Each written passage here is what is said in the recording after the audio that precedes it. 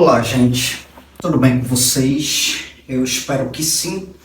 Bom, vindo aqui no canal Mente Aberta para fazer a continuidade da playlist que tem como título aí o caminho para o diagnóstico, né? Esta playlist, o link dela vai estar aqui no comentário em destaque na plataforma do YouTube.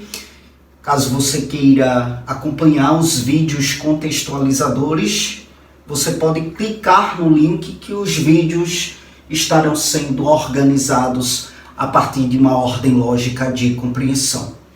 Nesse vídeo aqui, com base no DSM-5, eu quero começar a conversar com vocês sobre a deficiência intelectual. Estamos diante de um termo aí que é usado, para descrever quando que uma pessoa tem certas limitações no que diz respeito a funções mentais. Quando eu falo dessas limitações, eu estou fazendo referência a habilidades como, por exemplo, a comunicação, o cuidado pessoal, o cuidado consigo mesmo, né? Certas habilidades sociais. São fenômenos que acabam sendo aí sucateados, que acabam sendo aí bem limitados, frente ao fato de que o sujeito está acometido aí por uma deficiência intelectual. Então, gente, essas limitações provocam um aprendizado lento.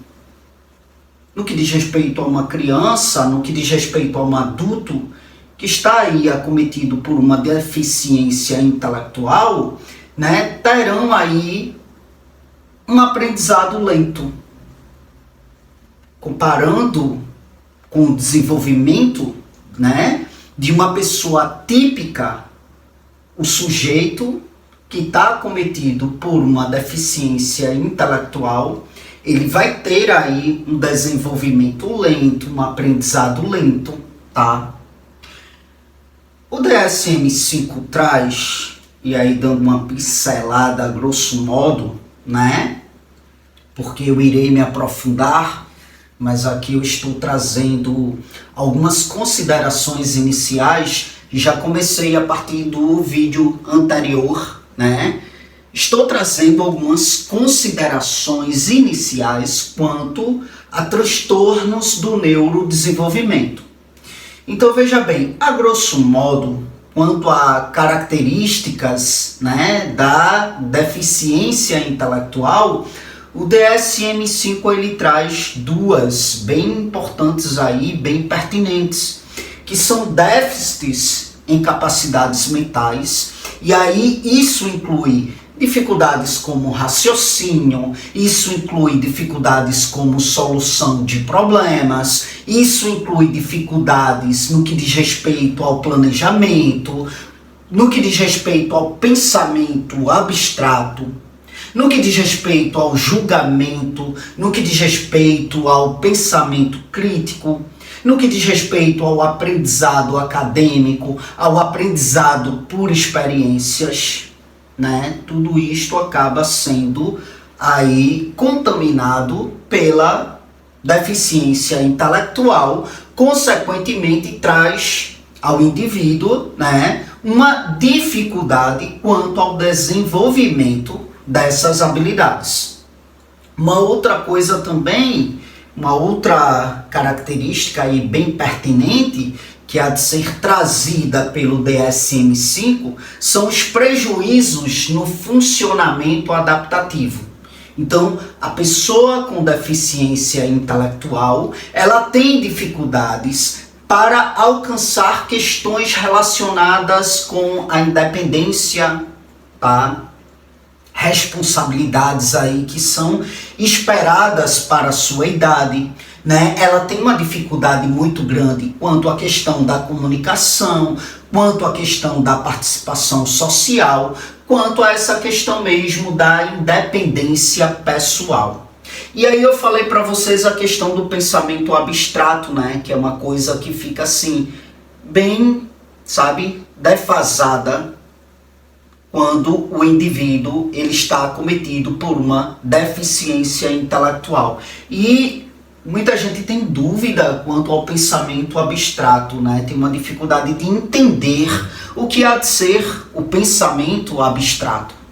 Estamos diante de uma habilidade cognitiva, gente, que nos permite entender conceitos que não estão ali fisicamente presentes, ou que não são aí imediatamente visíveis, tá? Ou seja, é a capacidade de pensar sobre ideias, que não tem ali uma representação física, concreta, né? Estamos aí falando de uma capacidade de compreender as propriedades essenciais, as propriedades comuns entre diferentes elementos, entre diferentes situações que de repente não tem uma representação concreta para de fato serem aí visualizadas de um modo literal, tá?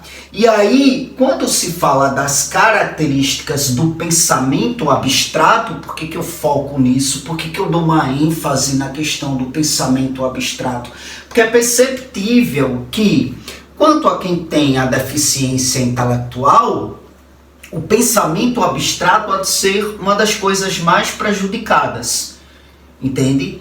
Então, ao falar da característica, né, do pensamento abstrato, ou das características do pensamento abstrato, a gente pode trazer uma questão daquilo que há de ser independente da realidade concreta. É a capacidade de pensar além daquilo que há de ser diretamente observável. E aí a gente tem uma outra característica também, que há de ser o hipotético dedutivo, que permite construir hipóteses, que permite construir teorias, né, sem a necessidade de testá-la empiricamente, testá-la concretamente, né? Então você fica ali no campo da ideia, hipoteticando, deduzindo imaginariamente tal feito.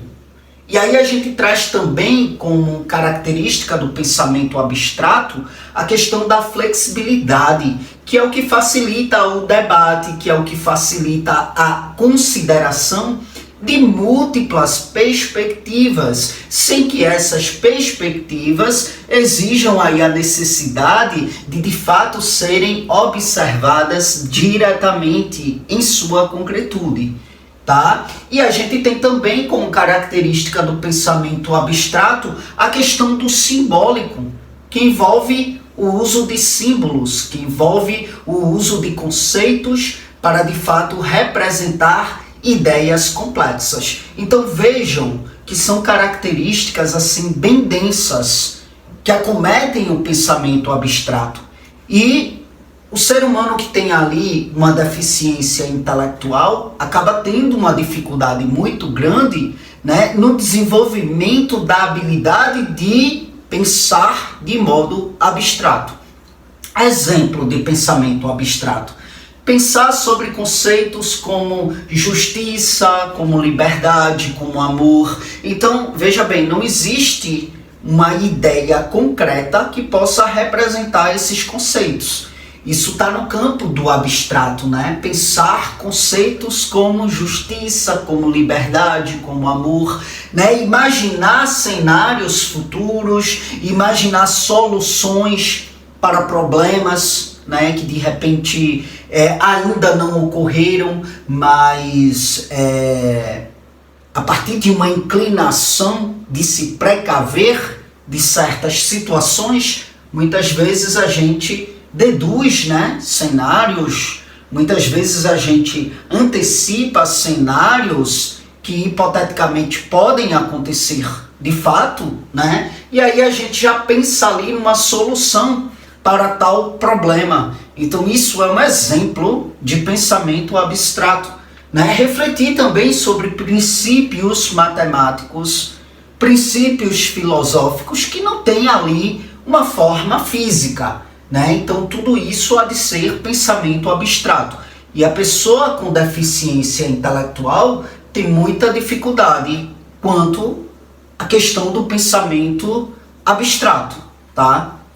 E aí a gente parte para falar um pouco sobre a questão do diagnóstico de atraso global do desenvolvimento, algo pertinente e trazido, né, pelo DSM-5. Este diagnóstico ele é aplicado quando uma criança não atinge os marcos esperados em várias áreas do funcionamento intelectual. E aí esse diagnóstico do atraso global do desenvolvimento, ele é frequentemente usado de fato para crianças muito jovens, né? Para crianças muito jovens. Agora, por que para crianças muito jovens há de ser usado esse tipo de diagnóstico, né? Veja bem, gente, o diagnóstico de atraso global do desenvolvimento está aí relacionado à deficiência intelectual, muitas vezes, tá? Principalmente no contexto de avaliação e diagnóstico em crianças pequenas. Eu vou falar de alguns pontos-chave que é para você poder entender um pouco mais essa relação entre o diagnóstico de atraso global do desenvolvimento e a deficiência intelectual. Quando a gente fala do diagnóstico do atraso global do desenvolvimento, estamos falando de um diagnóstico temporário. Ele é temporário. E ele é usado para crianças com menos de 5 anos que não estão atingindo aí os marcos esperados de desenvolvimento em várias áreas do seu funcionamento intelectual. Ela não está atingindo este marco esperado. Quando se faz o comparativo dela com uma outra criança com 5 anos de idade, se vê aí em uma outra criança com 5 anos de idade e de modo recorrente, crianças com 5 anos de idade, né, com certas habilidades que esta aqui não está apresentando. Então ela está tendo um atraso global do desenvolvimento. Então este diagnóstico há de ser sedimentado porque ele é um diagnóstico temporário. Essa condição, a condição dessa criança, no que diz respeito a este atraso, pode mudar. De repente ela chega ali aos seus 7 anos de idade e ela dá um voo, né? Ela começa a se desenvolver de modo bem significativo, ou seja, ela estava tendo um atraso ali por alguma, sei lá, questão que pode ser conflitiva emocional, por exemplo, tá? Então, este diagnóstico, o de atraso global do desenvolvimento, ele é aplicado quando não é possível realizar uma avaliação padronizada, uma avaliação que de fato venha a ser mais determinante, porque crianças com até 5 anos de idade, né, enfim, não há de ser passível de serem avaliadas, né, a partir de uma avaliação mais contundente, mais complexa e tudo mais, porque ela está ali diante, né, de um período do desenvolvimento que há de ser muito plástico, muito flexível, a condição pode mudar, entende? Então, o que acontece? Se ela está tendo um atraso no seu desenvolvimento, o atraso global do desenvolvimento há de ser sedimentado enquanto diagnóstico, mas isso requer uma avaliação futura. Quando a gente fala da deficiência intelectual, diferente aí do atraso global do desenvolvimento enquanto diagnóstico, estamos fazendo referência a um diagnóstico mais permanente. Quando a gente fala da deficiência intelectual, é um diagnóstico mais permanente que descreve déficits bem significativos no funcionamento intelectual, no funcionamento adaptativo.